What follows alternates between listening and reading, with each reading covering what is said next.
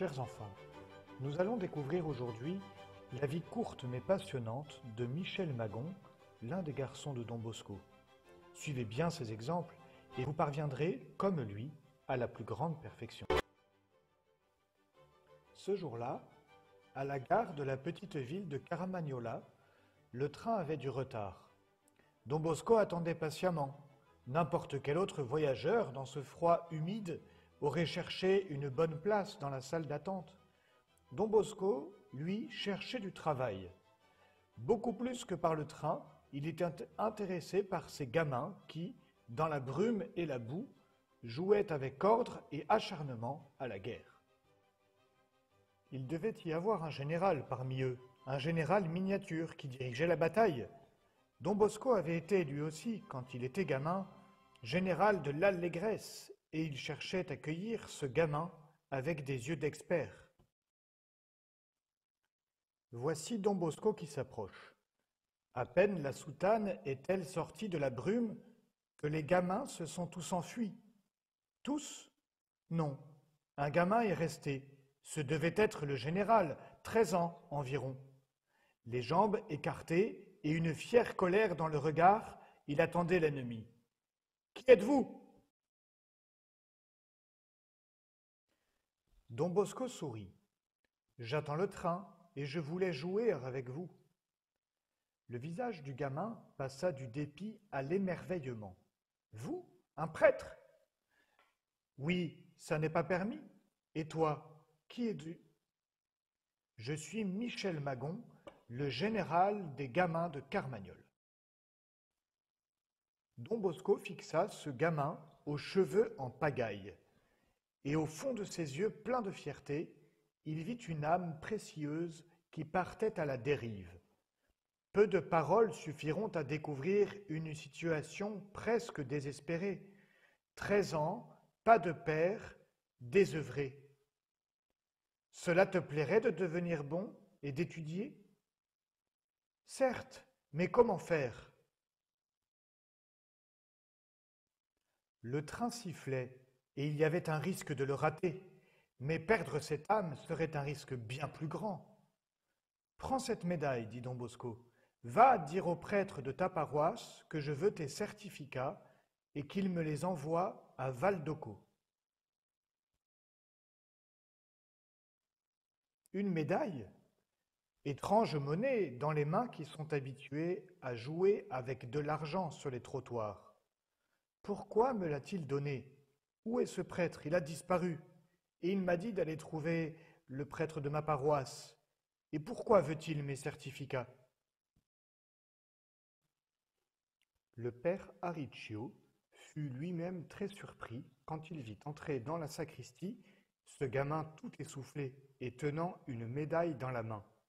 Mais quand il apprit comment il était arrivé chez lui, il sourit, fit asseoir Michel et lui parla de ce prêtre qui, à Turin, avait une maison grande, avec des centaines de garçons qui jouaient et apprenaient tant de choses. Les yeux de Michel brillaient.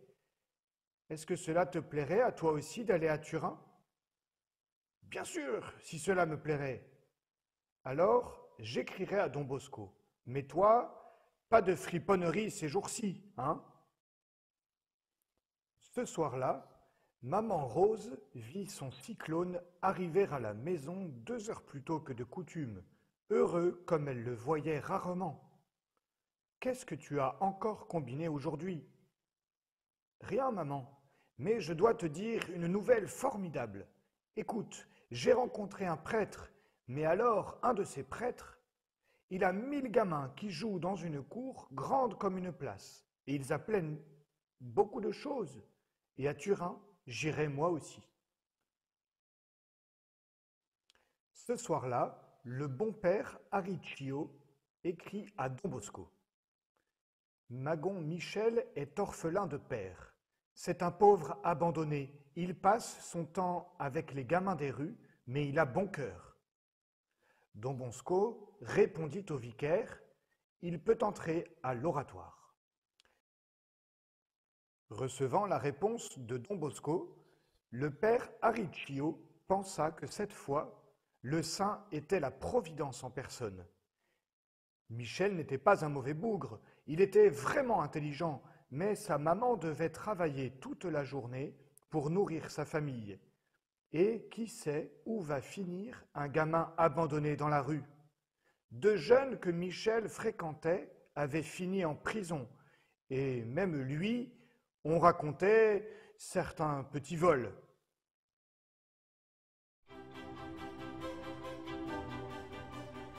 Et voilà qu'un beau matin, avec son baluchon sous le bras et dans son cœur l'enthousiasme d'un explorateur lancé à la conquête de terres inconnues, Magon, pour la première fois de sa vie, monte dans le train qui l'emmènera à Turin.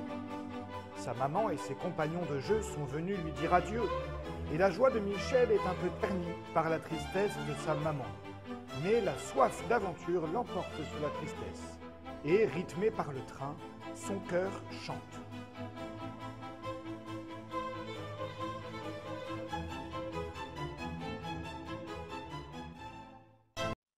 Quelques heures plus tard, dans la cour de Valdocco remplie de cris et de rires, Michel vient trouver Don Bosco.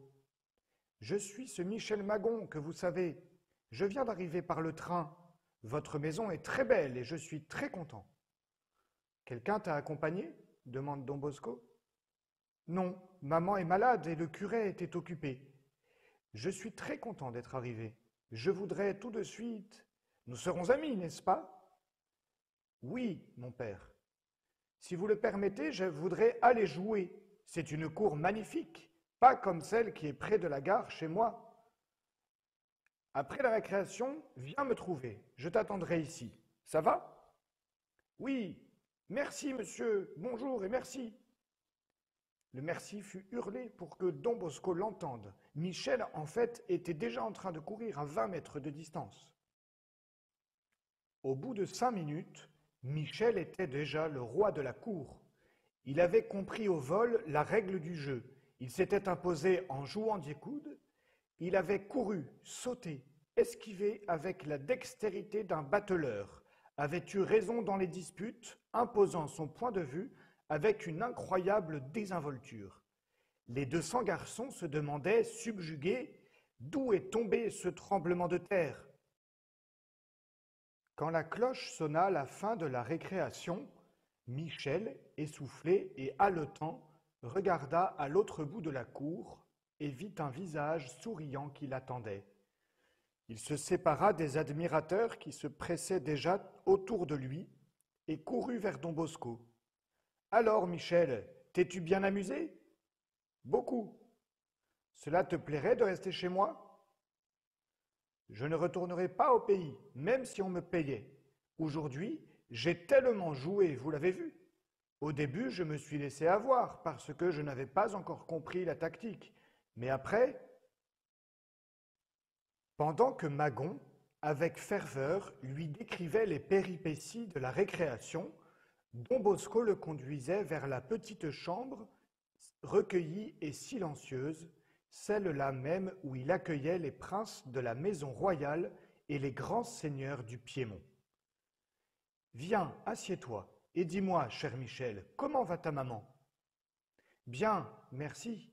Elle travaille toujours pour nous faire vivre, moi et mes frères. Nous l'avons si souvent désespérée. Mais maintenant, tu veux devenir un bon garçon, non ? Je suis disposé à tout faire pour le devenir. 2 de mes compagnons sont déjà en prison. Et moi... Sois tranquille, Michel, tu verras. Ce n'est pas difficile, mais dis-moi plutôt, veux-tu apprendre un métier ou étudier ?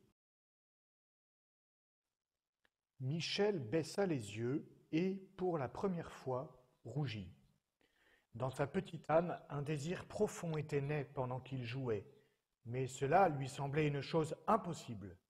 Cependant, c'était aussi un désir impérieux. Le seul fait d'y penser le troublait profondément, et pourtant, il était si fort. « Si un fripon, dit-il. »« Continue, dit Don Bosco. Si un fripon quoi ?» Michel reprit son souffle, puis déchargea le poids qu'il avait sur le cœur d'un seul coup.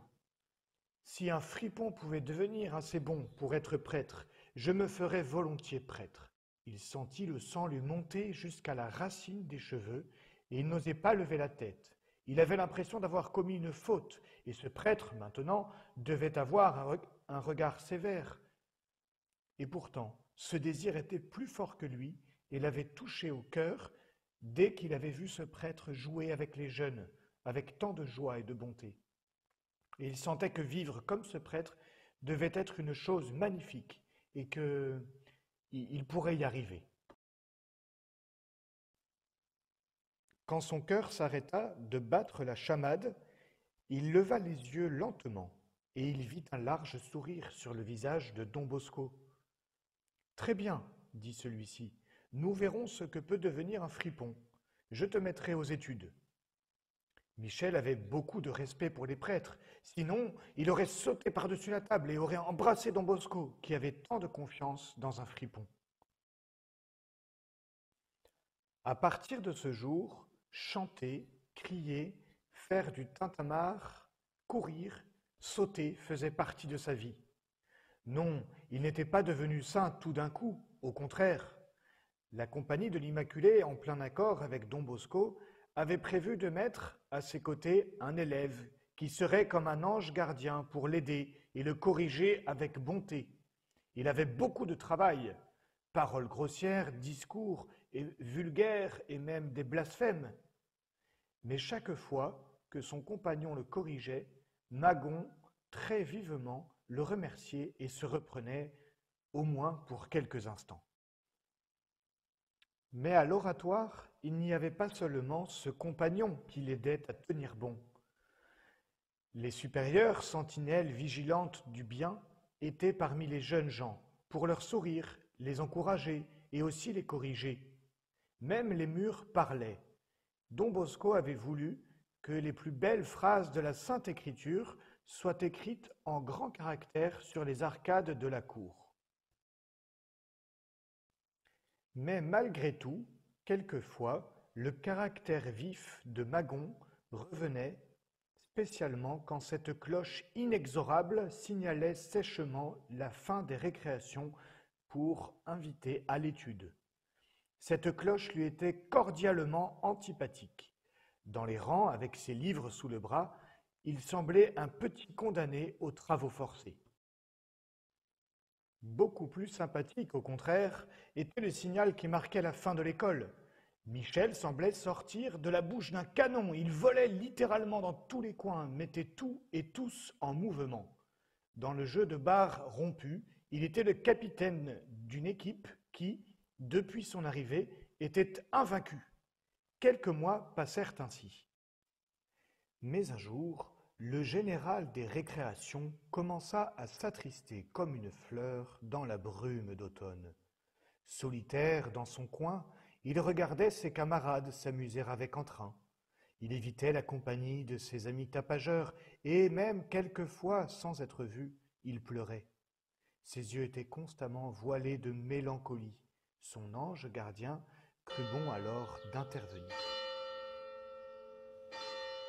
Un soir, au crépuscule, tandis que les carillons de Turin sonnaient l'Angélus, il s'approcha de lui. « Michel, je voudrais te parler. »« Que me veux-tu donc ?»« Ces jours-ci, tu n'es pas bien, tu vas devenir malade. »« Mais non, je me sens très bien. »« Mais alors, pourquoi es-tu si triste? Que t'arrive-t-il ?»« Rien. »« Rien, c'est trop peu. Avant, tu étais si joyeux, tu jouais, tu chantais. Maintenant, tu ne joues plus. Tu es sombre, triste. Qu'y a-t-il? C'est un grand gâchis. Magon éclata en sanglots et s'enfuit. De loin, son ami le vit entrer à l'église et le suivit. Son ami se plaça près de lui, dans l'église. « Je voudrais t'aider, Magon. Qu'y a-t-il? Qu'as-tu » ?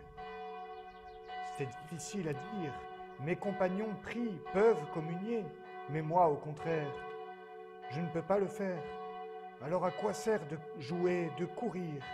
Eux, oui, ils sont heureux, mais moi... Écoute, Michel, lui répondit son camarade, il n'y a personne qui peut t'empêcher de devenir comme eux. Si tu as quelques remords sur la conscience, eh bien, il suffit de t'en débarrasser. les enlever, si tu étais dans mon cas. » Michel éclata de nouveau en sanglots, des sanglots douloureux et profonds qui montaient du fond de son âme. Il prit la fuite. Il se retrouva seul, avec sa grande douleur, avec les pensées qui le tourmentaient depuis des jours. Il voyait devant lui, comme dans un miroir, sa première jeunesse gaspillée dans le vagabondage et le péché. Tout dans son passé lui semblait confus, compliqué, laid, plein de désordre. Ah, s'il pouvait être sous une pierre pesante pour qu'on ne le revoie plus, pour renaître à la sérénité et retrouver la joie, non pas seulement l'insouciance qui est joie parce qu'elle fait du bruit, mais la vraie joie, celle qu'on peut savourer parce qu'elle est profonde.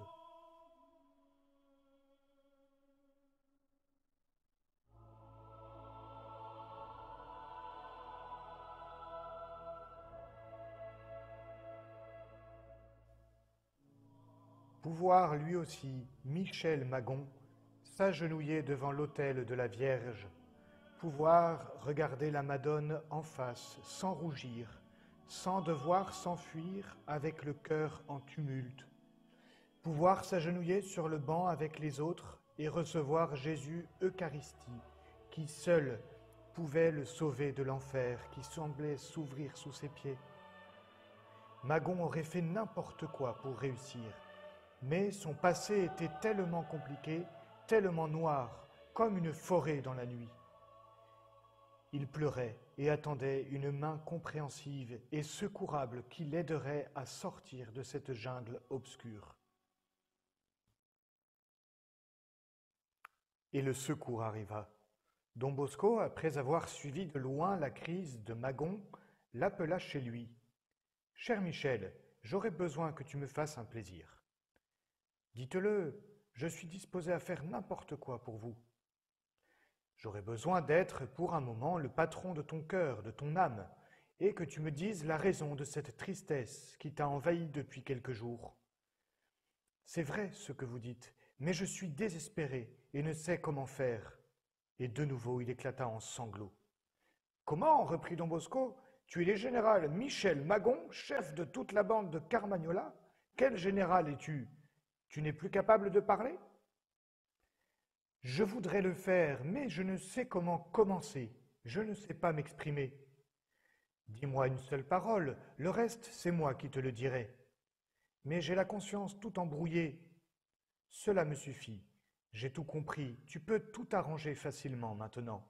Tu dis seulement au confesseur que tu as quelque chose à revoir dans ta vie passée, et lui prendra en main l'histoire de ton passé, de façon à ce que tu ne doives répondre que oui ou non, et le nombre de fois où cela t'est arrivé. Une lueur de joie remplit l'âme de Michel.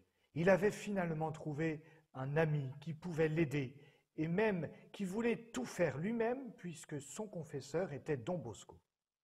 Maintenant, pense un peu à ta vie passée, puis, quand tu le voudras, viens me trouver et dis-moi seulement « Don Bosco, aidez-moi ». Tu verras que nous pouvons tout arranger. C'était une soirée calme. Un vent d'automne avait chassé toute la brume et, dans le ciel clair, les étoiles scintillaient.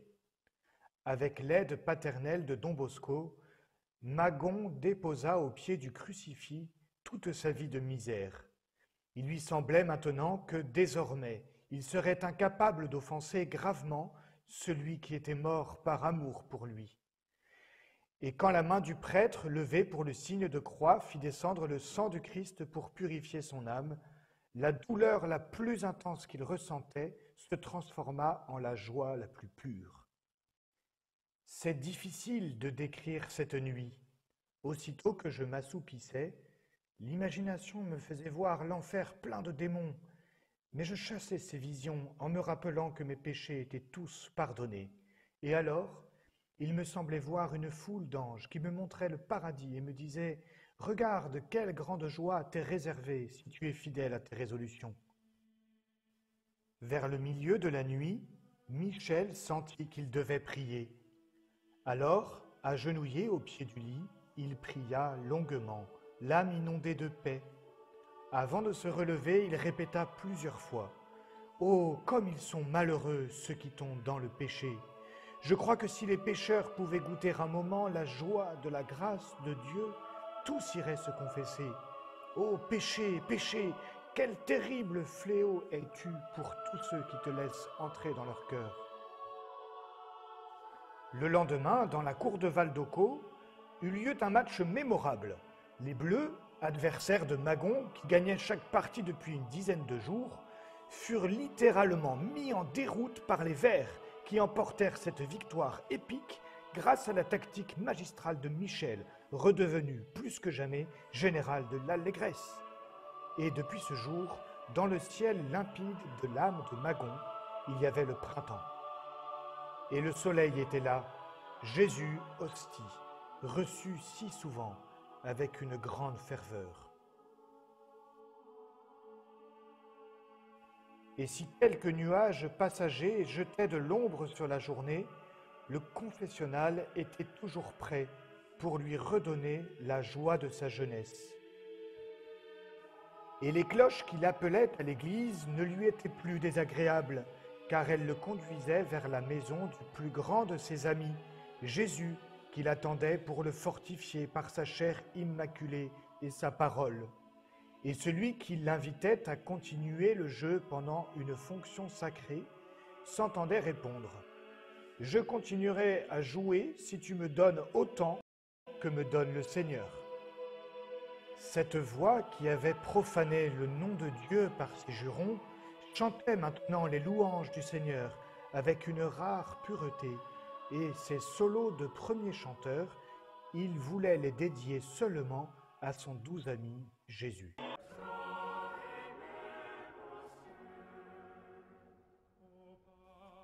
Un soir, durant la neuvaine de Noël, il avait si bien chanté une pastorale que ses compagnons le congratulèrent. Mais lui, confus, s'enfuit à l'écart et, en pleurant, il avoua « J'ai travaillé en vain parce que toutes ces louanges me font perdre le mérite d'avoir chanté pour le Seigneur. »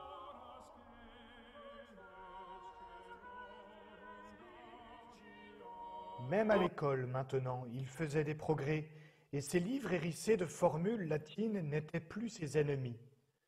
Et même il pensait sérieusement que peut-être un jour, cette langue latine qui le faisait tellement transpirer, il pourrait la parler avec les anges, penchés sur l'autel, tenant une hostie dans la main. Don Francisco, qui faisait faire à Magon 2 années de latin en une seule pour rattraper son retard, l'invita un jour à scander un poème difficile. « J'en suis si peu capable, » s'excusa Michel. « Écoutons donc ce si peu, » insista le professeur. Ce poème fut tellement bien scandé que la classe éclata dans un applaudissement général et le peu de Magon devint proverbial. Les mois passaient et son enthousiasme pour les études devint tel qu'après la récollection de l'année 1858, il voulait faire le vœu de ne jamais perdre une minute de temps, mais son confesseur ne lui permit pas. Alors, il fit au Seigneur la promesse de se comporter d'une manière telle qu'il pourrait chaque soir consigner sur son carnet « excellent en conduite ».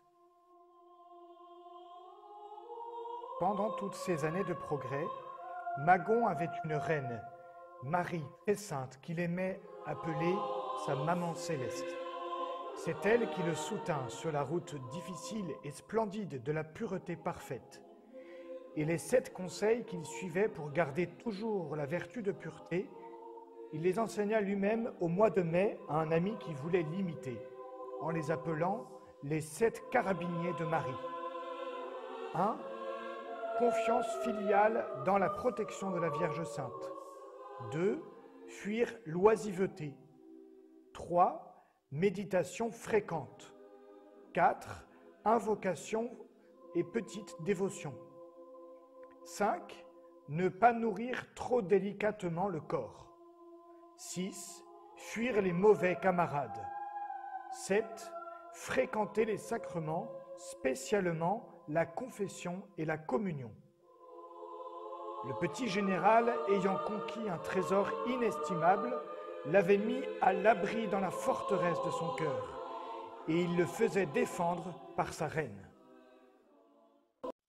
La joie limpide qui jaillissait de sa vertu retrouvée, il ne la gardait pas pour lui-même, il la communiquait à ses compagnons de jeu et d'école.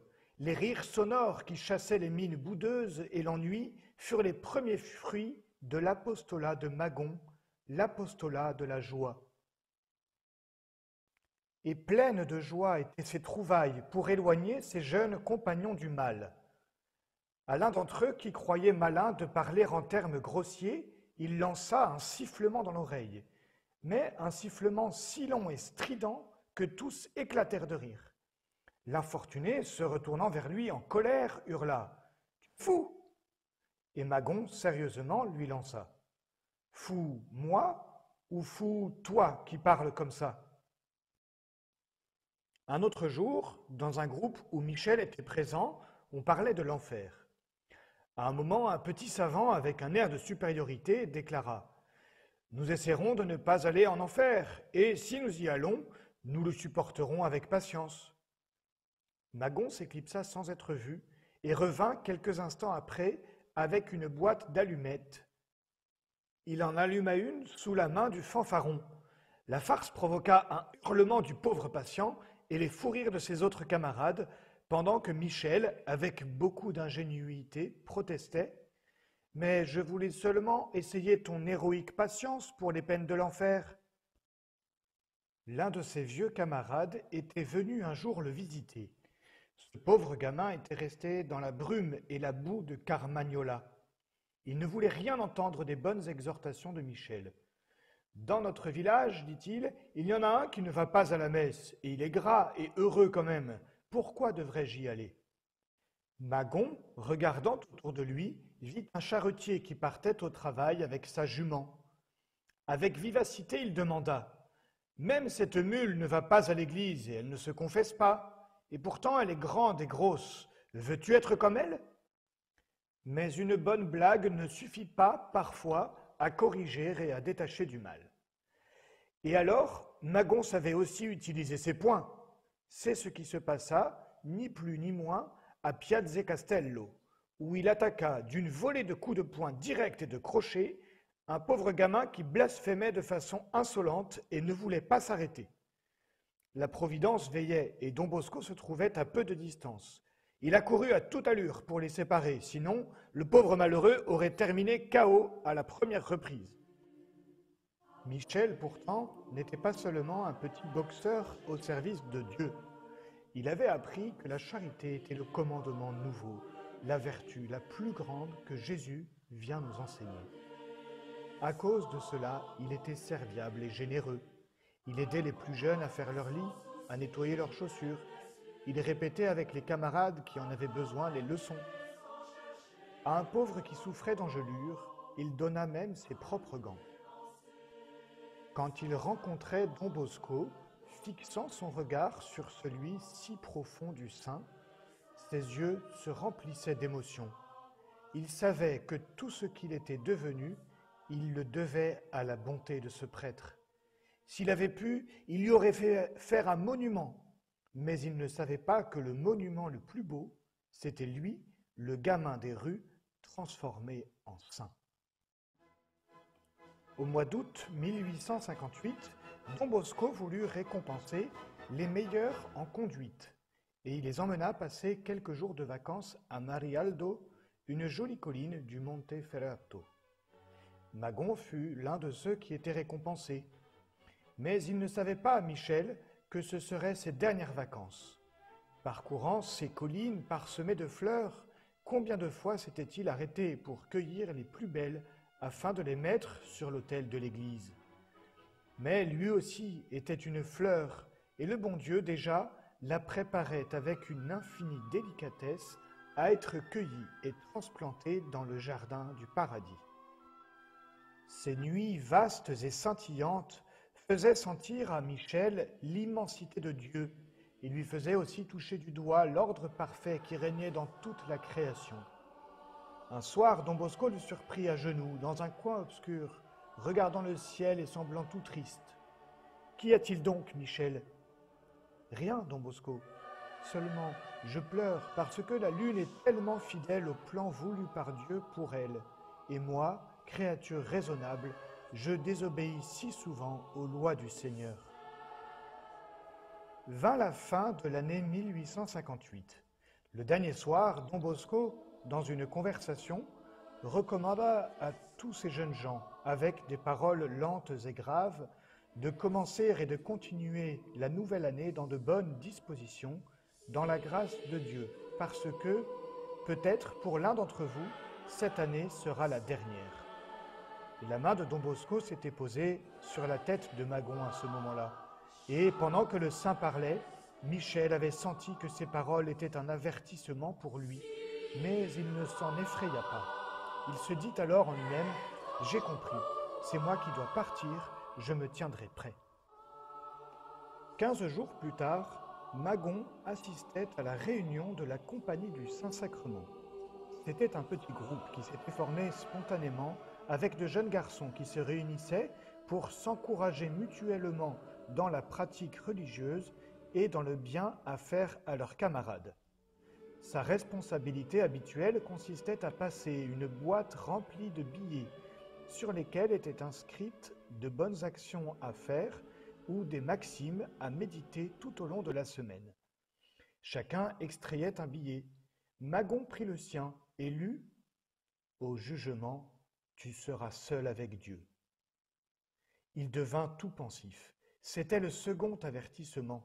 Don Bosco, apprenant cela, le rassura, mais en souriant, il lui demanda « Et si tu devais aller faire une visite à la Madone au ciel, tu en serais effrayé ?» 3 jours après, Magon ressentit de fortes douleurs à l'estomac, des douleurs qu'il connaissait, qui l'avaient déjà tourmenté dans l'enfance et qui, de temps en temps, le reprenaient. Il se présenta à l'infirmerie et rien ne semblait être préoccupant. Si bien que, voyant du balcon de l'infirmerie Don Bosco qui lui demandait ce qu'il avait, Michel répondit « Ça n'est rien, seulement ce mal qui m'arrive d'habitude. » Mais, dans la soirée du 19 janvier, le mal s'aggrava subitement. La maman fut appelée d'urgence. Le médecin accourut, entendant la respiration difficile, sifflante et épuisante de l'enfant et les quintes de toux sèches. Il haussa les épaules, dans un geste de désolation devant l'impuissance de son art, et il dit seulement « Nous allons bien mal ». Le 21 janvier, Magon était à l'agonie. Ses compagnons, consternés, priaient et pleuraient. Le saint viatique lui fut apporté. Ce fut la dernière rencontre sur la terre entre Michel et Jésus. La brebis qui s'était échappée du troupeau, le bon pasteur l'avait cherchée, retrouvée et ramenée sur ses épaules jusqu'au bercail. Dans le courant de la nuit, il reçut l'extrême onction. Michel vit avec une intense émotion le prêtre lui donner l'onction sur les pieds, ses pieds qui avaient si souvent traîné dans la boue, ses mains qui s'étaient bagarrées si souvent. Combien de coups de poing ai-je donné à mes compagnons avec ces mains, pleurait Michel. Tous ceux qui étaient près de lui étaient émus jusqu'aux larmes. Mon Dieu, pardonnez-moi tous ces péchés et aidez mes camarades à être meilleurs que moi. Et quand le prêtre lui fit l'onction sur la bouche, il dit avec une profonde douleur, « Ô mon Dieu, si vous m'aviez coupé la langue la première fois que j'ai blasphémé !» Minuit approchait maintenant. Don Bosco était là, à côté du lit de son petit Michel, comme une mère. Il y avait déjà une atmosphère de paradis dans la chambre. « Nous y sommes !» dit tout à coup Magon. « Aidez-moi, Don Bosco.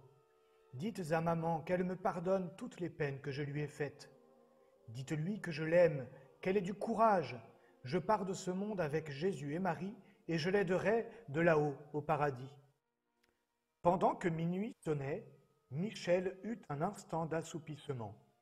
Puis, comme s'il se réveillait d'un profond sommeil, le visage serein et illuminé d'un radieux sourire, il dit à Don Bosco, « Dites à mes amis que je les attends tous au paradis.